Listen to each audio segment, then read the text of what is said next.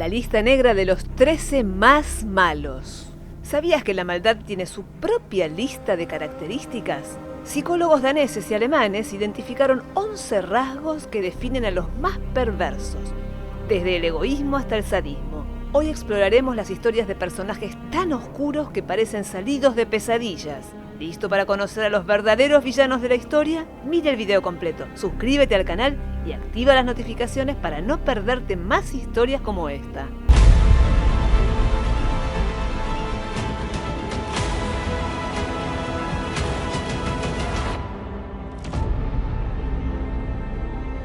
Número 1. Felix Dzerzhinsky, el Iron Felix que usó el terror como herramienta de gobierno.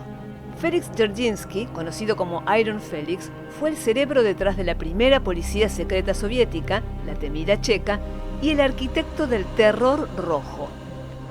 Este revolucionario polaco, nacido en una familia noble, pasó su juventud escapando de cárceles y deportaciones a Siberia hasta que, en 1917, se unió a Lenin y jugó un papel clave en la Revolución de Octubre. En diciembre de ese mismo año se le encargó dirigir la Checa, una organización creada para eliminar cualquier amenaza al poder bolchevique. Y vaya que lo hizo. Entre 1918 y 1922, el terror rojo bajo su mando acabó con hasta 200.000 vidas, entre ejecuciones sumarias y otras formas de represión. ¿Su justificación? Según Trotsky, era una respuesta al terror blanco, aunque los historiadores coinciden en que el método de Dzerzhinsky fue mucho más sistemático y brutal. Iron Felix murió en 1926 de un ataque cardíaco y fue enterrado en la muralla del Kremlin, pero su legado sigue siendo un ejemplo de cómo el fanatismo político puede convertir la represión en una política de Estado. Número 2. Lope de Aguirre, el conquistador que desafió a España y acuchilló a su propia hija. Lope de Aguirre, conocido como el tirano Aguirre y el loco Pinto, fue un conquistador español que llevó la búsqueda del Dorado a niveles literalmente sangrientos. En 1561 decidió que ser un simple explorador no era suficiente y comenzó su ascenso al poder eliminando a sus comandantes, Pedro de Ursúa y Fernando de Guzmán. Una vez líder, Aguirre se declaró príncipe del Perú, Tierra Firme y Chile, y redactó una carta donde renunciaba a su lealtad a España y desafiaba al rey Felipe II. Spoiler, esto no terminó bien. Su expedición atravesó el río Orinoco y llegó a la isla Margarita, donde desató el caos. Allí asesinó al gobernador Juan Villadrando y a 50 vecinos antes de huir hacia Venezuela. En Barquisimeto, rodeado por tropas españolas, Aguirre perdió toda cordura y acuchilló a su propia hija Elvira, justificando el acto con una frase que parece salida de un villano de película: porque alguien a quien quiero tanto no debería acostarse con personas ruines. Finalmente, sus propios hombres lo traicionaron y lo mataron en octubre de 1561. Su cuerpo fue descuartizado y su cabeza exhibida en distintas ciudades. Aguirre dejó un legado de locura, sangre y una carta que ni el rey pudo olvidar. Número 3. Elizabeth Bathory, la condesa sangrienta que inspiró leyendas vampíricas. Elizabeth Bathory, la condesa húngara nacida en 1560, no solo tenía títulos nobiliarios, sino también se forjó un lugar oscuro en la historia como la mayor asesina en serie registrada. Entre 1590 y 1610 se le atribuyen hasta 650 muertes de jóvenes, hombres y mujeres. ¿El motivo? Una obsesión enfermiza con la belleza. Según las leyendas, creía que bañarse en la sangre de sus víctimas preservaría su juventud. Sí, suena como algo sacado de una película de terror, pero esto fue real. Aunque sus sirvientes fueron decapitados y quemados por su complicidad, Bathory recibió un castigo más noble. Fue encerrada en el castillo de Čachtice, en la actual Eslovaquia, donde murió en 1614 a los 55 años. Pero su historia no terminó ahí. Se convirtió en una figura del folclore húngaro y los relatos sobre su vida alimentaron la idea de que era un vampiro. Incluso algunos creen que inspiró la famosa novela Drácula de Bram Stoker. Elizabeth Bathory, una condesa cuya obsesión por la juventud la llevó a un baño de sangre literal. Su nombre es ahora sinónimo de terror y misterio, y su historia sigue fascinando a quienes buscan los orígenes de las leyendas más oscuras. Número 4. Abdur Rahman Khan, el emir de hierro que unificó Afganistán a sangre y fuego. Abdur Rahman Khan, conocido como el emir de hierro, gobernó Afganistán entre 1880 y 1901, dejando un legado tan despiadado como estratégico. Aunque logró unificar el país tras décadas de guerras internas, su método fue brutal.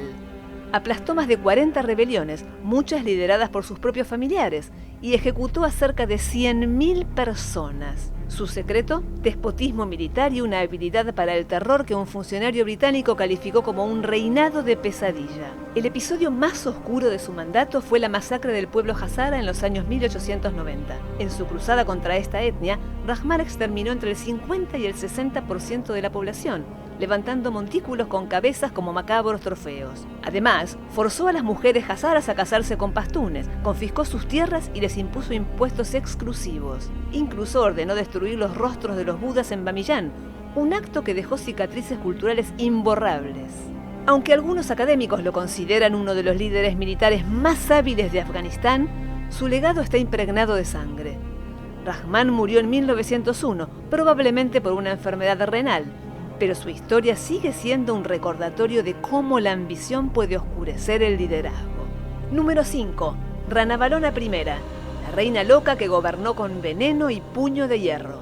Ranavalona I, soberana de Madagascar entre 1828 y 1861, no fue una reina convencional. Tras la muerte de su esposo, Radama I, tomó el trono y convirtió la isla en una fortaleza aislada, cerrando puertas a Europa y aplastando el movimiento cristiano iniciado por misioneros británicos. Con un ejército de 30.000 soldados y trabajos forzados como pago de impuestos, extendió su reino y construyó obras públicas. Pero su reinado tuvo un costo brutal. La población de Madagascar se redujo de 5 millones a 2 millones y medio. La herramienta más espeluznante de su mandato, la ordalía de Tangena. Este juicio consistía en ingerir veneno de la nuez del árbol Tangena. Si sobrevivías, eras inocente. Si morías, culpable. Cada día cientos eran sometidos a este macabro test de justicia, y se estima que solo con esto la población se redujo en un 20%. Apodada la Reina Loca por los europeos, Ranavalona fue vista como tirana y desquiciada.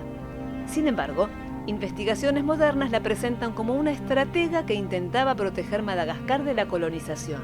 Número 6.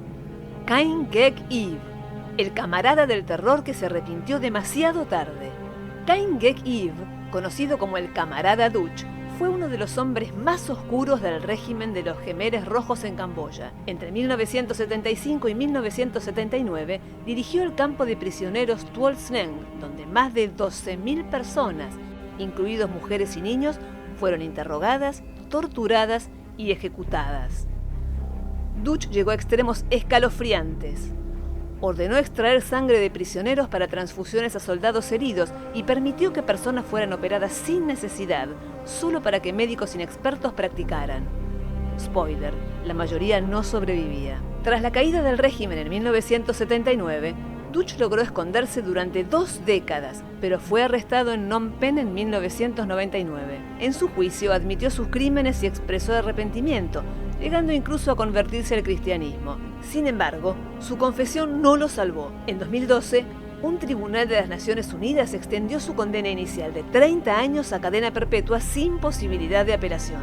Dutch murió en 2020, a los 77 años, por una enfermedad pulmonar. Aunque fue uno de los pocos líderes de los Jemeres Rojos en mostrar arrepentimiento, su legado es un recordatorio de que algunas acciones son tan atroces que ni el remordimiento puede redimirlas. Si te está interesando esta recopilación de malvados, deja un me gusta, suscríbete y activa las notificaciones.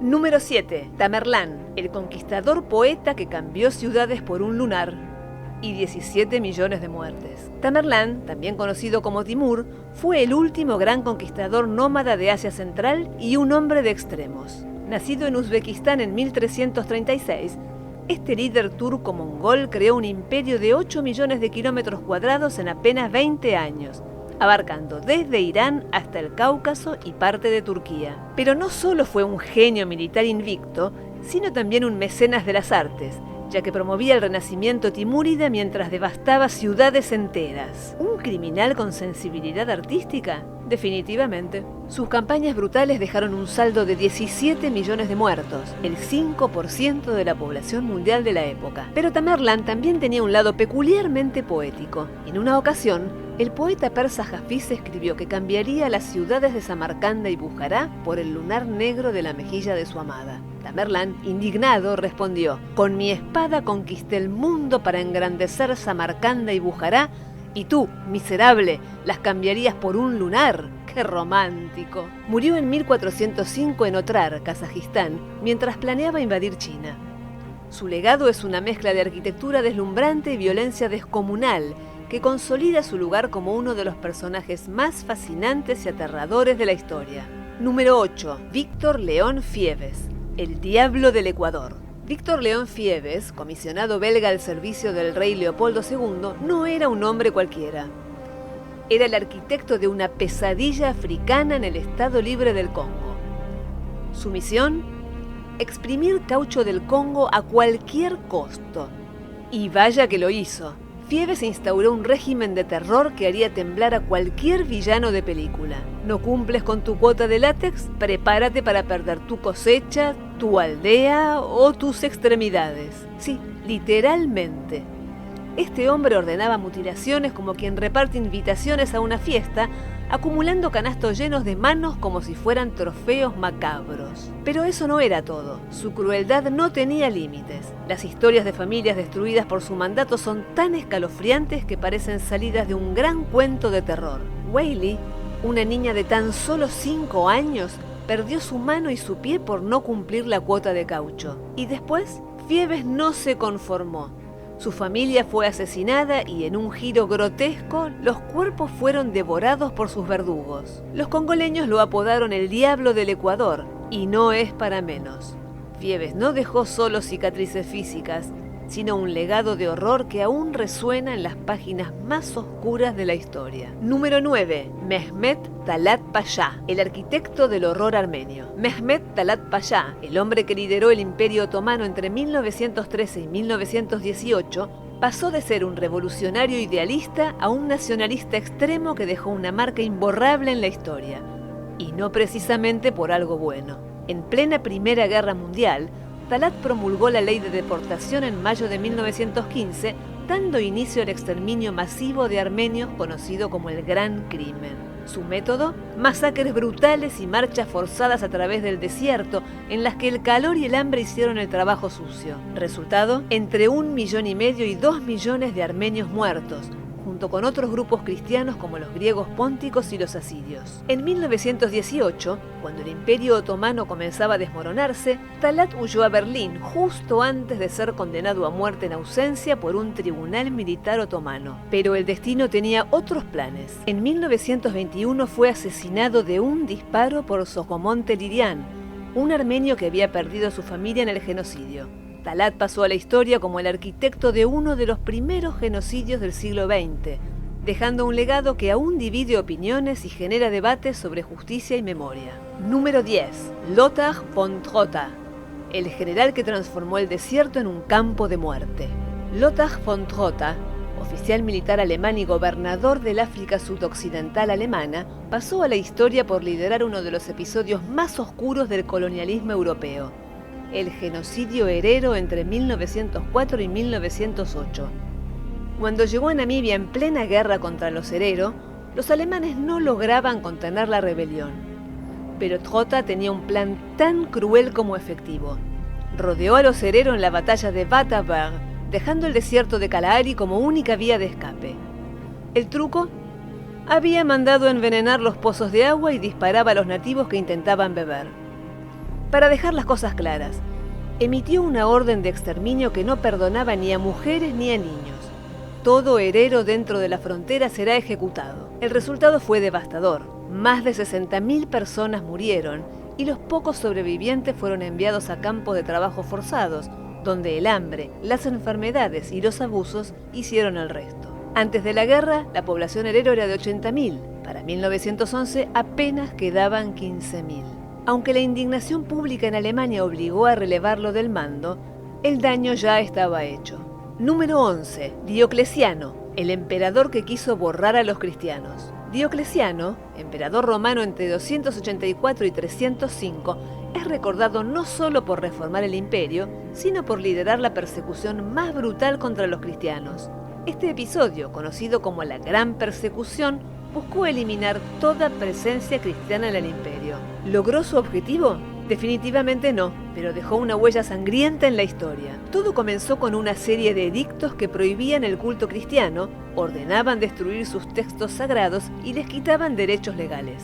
Los cristianos fueron despojados de sus trabajos, esclavizados nuevamente y, si se negaban a sacrificar a los dioses paganos, ejecutados. Mientras en lugares como Galia y Britania la represión fue más suave, en las provincias orientales la violencia alcanzó niveles extremos. El resultado, miles de mártires, cuyos nombres y sacrificios se convirtieron en leyendas dentro del cristianismo. Entre las víctimas más famosas de esta persecución están San Jorge, Santa Lucía y Santa Inés, quienes pasaron de ser perseguidos a ser venerados en altares y templos por todo el mundo. Diocleciano intentó borrar una fe, pero terminó fortaleciendo su legado. Ironías de la historia, el hombre que quiso acabar con los cristianos terminó engrosando el santoral católico. Número 12. Vasili Blokhin, el verdugo más letal de la historia y el hombre que Stalin elegía para el trabajo sucio. Vasili Mikhailovich Blokhin no era un asesino cualquiera. Este oficial soviético, elegido personalmente por Joseph Stalin en 1926, se convirtió en el verdugo más prolífico de la historia. Con su uniforme impecable y su pistola alemana Walter, Blokhin ejecutó a miles de personas, incluyendo a los casi 22.000 polacos asesinados en la infame masacre de Katyn. Oíste bien, 22.000.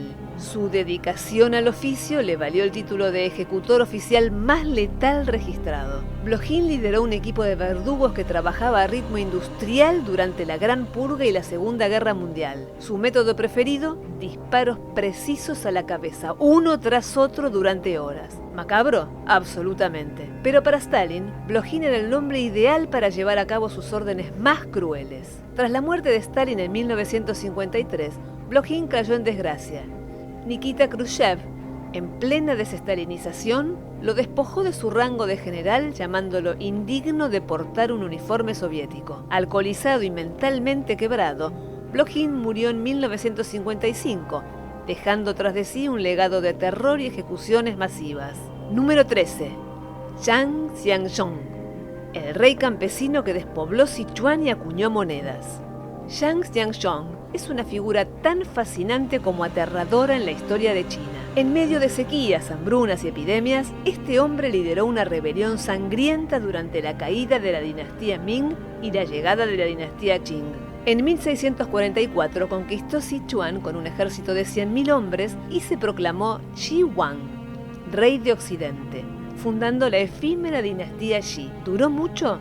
No. ¿Fue brutal? Absolutamente. Aunque intentó establecer una administración civil con monedas propias y exámenes para reclutar talentos, su verdadera especialidad era la matanza. Las estimaciones sobre las muertes bajo su gobierno varían, pero lo que es seguro es que la región de Sichuan quedó casi despoblada. La cifra oficial de 600 millones de víctimas es obviamente exagerada, pero da una idea de la magnitud del terror. En 1646, los Qing enviaron un ejército para acabar con Zhang. En enero de 1647, murió en un enfrentamiento en Xichong, poniendo fin a su breve pero devastador reinado. Esperamos que esta recopilación de malvados te haya resultado interesante. Si tienes algo que aportar, no dudes en dejarlo en los comentarios. Dale me gusta, suscríbete y activa las notificaciones para seguir explorando más temas fascinantes con nosotros.